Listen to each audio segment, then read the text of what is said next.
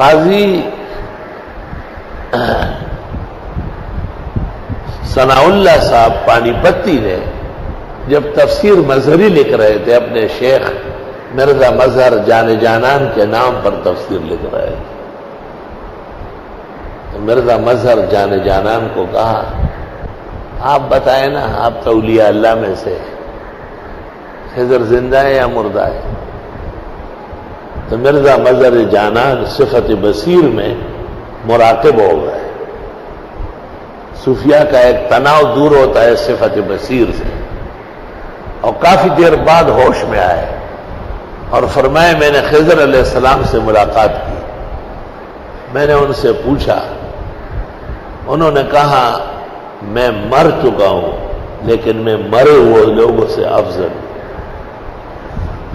ہمارے ایک ساتھی تھے، ویڈیل خا جواب ہے اوپر ڈورے پریشان دیر سو ڈیل خا جواب بڑھتا ہوں۔ مطلب یہ کہ دنیاوی موت اگر آئی بھی ہے تو حق تعالی جل وعلا نے ان کو ایسی زندگی اور ضرورت حیات کی عطا فرمائی کہ گاہ بگاہ دکھائی دیتے ہیں۔ اس سلسلے میں چند واقعات مجھ پر گزرے ہیں، وہ آپ کو سنانا چاہتا ہوں۔ سب سے پہلے واقعہ یہ تھا کہ میرے جو بھائی زمین پر تھے، جو پہلے سے یہاں لوگ رہ رہے وہ جانتے ہیں، 2 سال پہلے 1 سال پہلے مر گئے، اس کو سانپ نے ڈسا تھا، اور ہم ایک جگہ لے جا رہے تھے جہاں پر سانپ کے ڈسے کو دم کیا جاتا ہے۔ میری والدہ صاحبہ بھی تھی، وہ بہت رو رہی تھی۔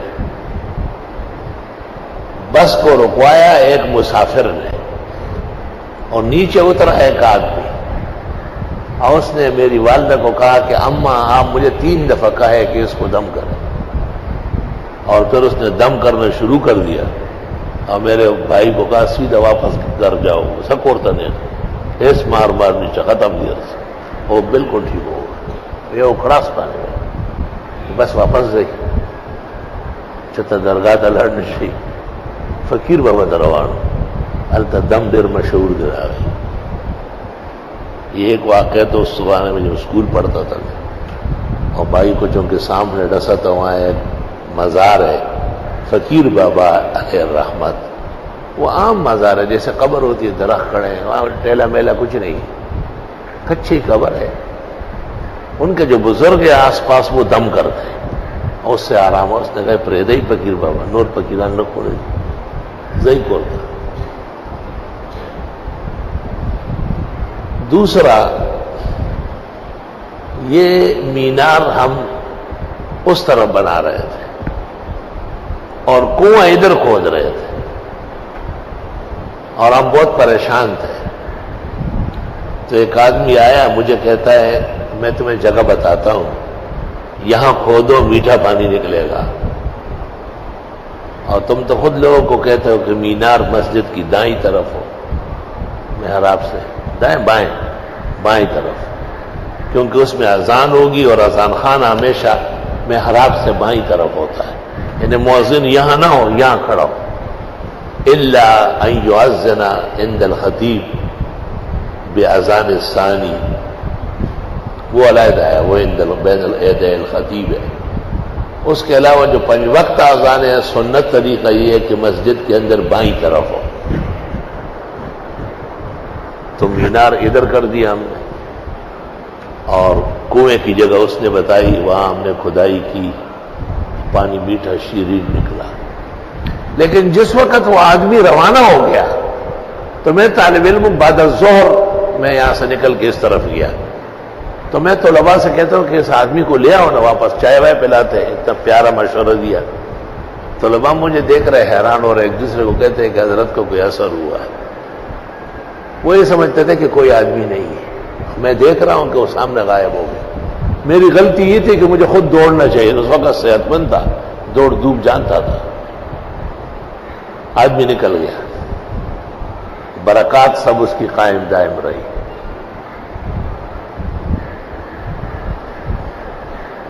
ایک جگہ میں امام تھا، وہاں یہ زرگر برادری آباد ہے. ان کے کچھ لڑکے میرے پاس آئے کہ ہمارے والد صاحب کو 14 سال ہو گئے جو لیٹے ہوئے، پیشاب پاخانہ وہی کرتا ہے. پورے گھر میں انسانی غلاظت کی ایک تعفن ہے، اور میری والدہ تقریباً دیوانی ہو گئی خدمت کر کے. اور ڈاکٹروں کا کہنا یہ ہے کہ یہ بچے گا نہیں، اور اسی طرح 50 سال بھی رہ سکتا ہے لنگڑا شل ہو کر. ایسی کوئی تدبیر جائز ہے کہ یہ مر جائے؟ کوئی انجیکشن لگائے، دوا دے دے. میں رابعہ یا خامسہ بنوری ٹاؤن پڑھتا تھا اور بڑا حیران ہوا کہ ایسا فتویٰ بھی لوگ مانگ سکتے کہ باپ کو خود مارے اگرچہ بیمار ہے. میں نے کہا یہ میرا کام نہیں، میں تو استاد سے پوچھوں گا، وہاں جا کے بنوری ٹاؤن سے پتہ کروں گا. تو میری ایک عادت ہے کہ کچھ اور باتیں بھی کر لیتا ہوں. میں نے کہا کاش کہ کوئی دنیا میں قابل عامل ہوتا، اس کا کام تھا اس کو اٹھانا. جب علاج معالجہ کام نہ کرے تو عملیات کام دکھاتی ہے، لیکن افسوس کہ عاملین میں انسان کا بچہ نہیں ہے اور سارے الو کے پٹھے. اس طرح کوئی دو چار برا بلا کہا. میں اس لڑکے سے بات کر رہا ہوں اور ایک مہمان آیا اور سامنے وضو خانے میں اس مسجد میں بیٹھ گیا اور وضو نہیں کر رہا ہے، مجھے دیکھ رہا ہے. جب وہ لڑکا نکل گیا تو وہ وضو کر کے میرے پاس آئے سے ہاتھ جھاڑتے ہوئے. مجھے کہتے ہیں کیا ہو گیا، بہت ناراض ہو؟ سارے حامل تو ایک جیسے نہیں، کوئی اچھا والا بھی ہوگا. میں نے کہا کبھی دیکھا نہیں، دیکھوں گا تو معافی مانگوں گا، آئندہ ایسا کہوں گا ہی نہیں. اس لڑکے نے کیا کہا؟ میں نے تقریر کی، گھر معلوم ہے. میں نے کہا چند باتوں کی پابندی کر سکیں گے؟ میں نے کہا بالکل، جو آپ کہیں گے کروں گا. کا پہلی بات یہ ہے کہ اس گھر میں جب جائیں گے، جب تک میں بیٹھوں گا اس وقت تک نہ کوئی چلے گا قدم لے گا، نہ کھانا پینا، نہ شربت، نہ چائے، نہ اس کا کوئی تذکرہ ہوگا. میں نے کہا میں ان کو پابند کر لوں گا کہ جب تک یہ مہمان آپ کے والد کو دم کر رہا ہے، خبردار کے کھانے پینے کا یا کوئی فرض آیا اور گیا. دوسری بات یہ کہ تم میرے نام پتہ نہیں پوچھو گے، مجھے کہہ رہے ہیں. تیسرا یہ کہ آپ وہاں بیٹھے رہیں گے، جب میں حدود سے نکل جاؤں گا تو آپ اٹھیں. تو مجھے کہا کوئی بے ادبی تو نہیں ہوئی، ان میں کوئی خلاف شرع بات ہے؟ میں نے کہا نہیں. تو قرآن شریف لے آیا، مجھے کہا اس پہ ہاتھ رکھ کے کہا ہے. جب قرآن شریف لے آیا نا تو میں نے پیشانی پیٹی. میں نے کہا سوک صاحب اقتدار بلاو شاید دیکھو پورا طاقت ہے وہ سر دیکھو پوئی دے رہا ٹول کار دے اس کا ہی اور زی اتڑا لگ بالکل اس قرآن پہ ہاتھ رکھے. میں نے ہاتھ رکھا. کائے کے لیے ہاتھ رکھا ہے؟ میں نے کہا جب تک آپ وہاں تشریف فرما ہوں گے تو نہ کوئی کھانا پینا آئے گا، نہ کوئی چائے شربت کا پوچھے گا، نہ کوئی فرد بشر آئے گا، کوئی قدم نہیں لے گا. دوسرا یہ کہ میں آپ کے نام پتہ نہیں پوچھوں گا. اور تیسرا یہ کہ جب تک آپ غائب نہ ہوئے ہو میں اٹھوں گا نہیں وہاں.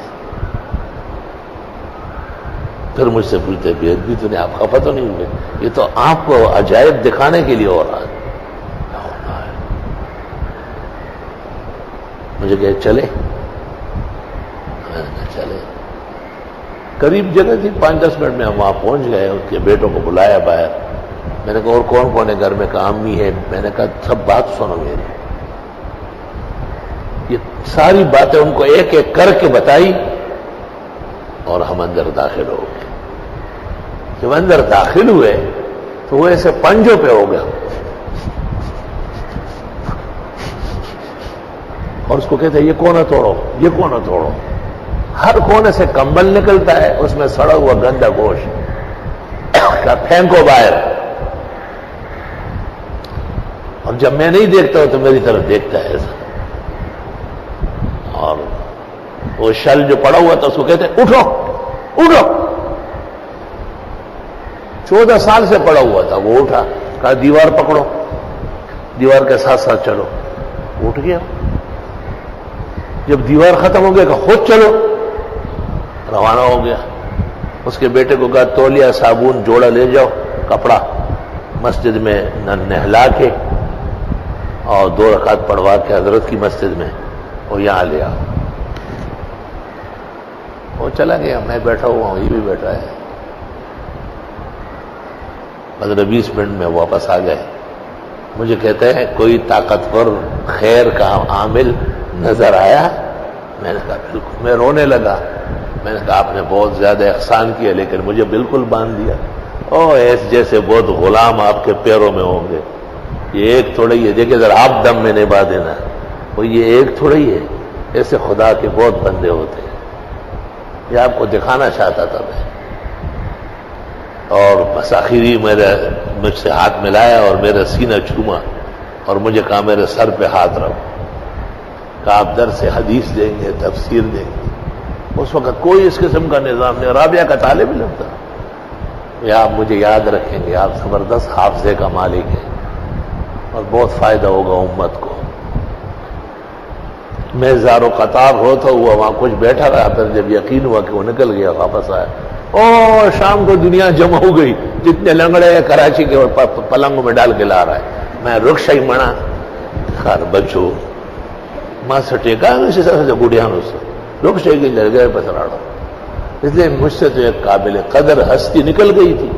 اور بہت غمگین تھا. استاد محترم مفتی ولی حسن نے کہا کہ میری بھی ایک بہت قیمتی خاتون بیمار ہے, اور سنا آپ. میں نے کہا حضرت اس کا سننا ہی بھیانک ہے. میں کسی دن عرض کروں گا, مجھے معاف فرمائیں.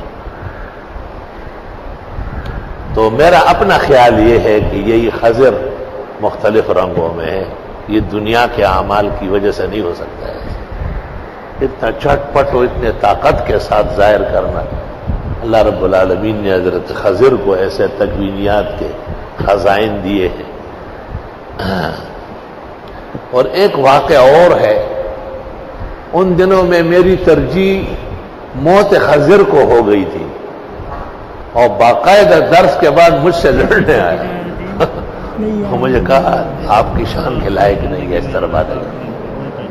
میں جی یہ تو میں نے بعض بزرگوں پہ اعتماد کیا, کل میں دوبارہ درس دوں گا اور حیات ثابت کروں گا.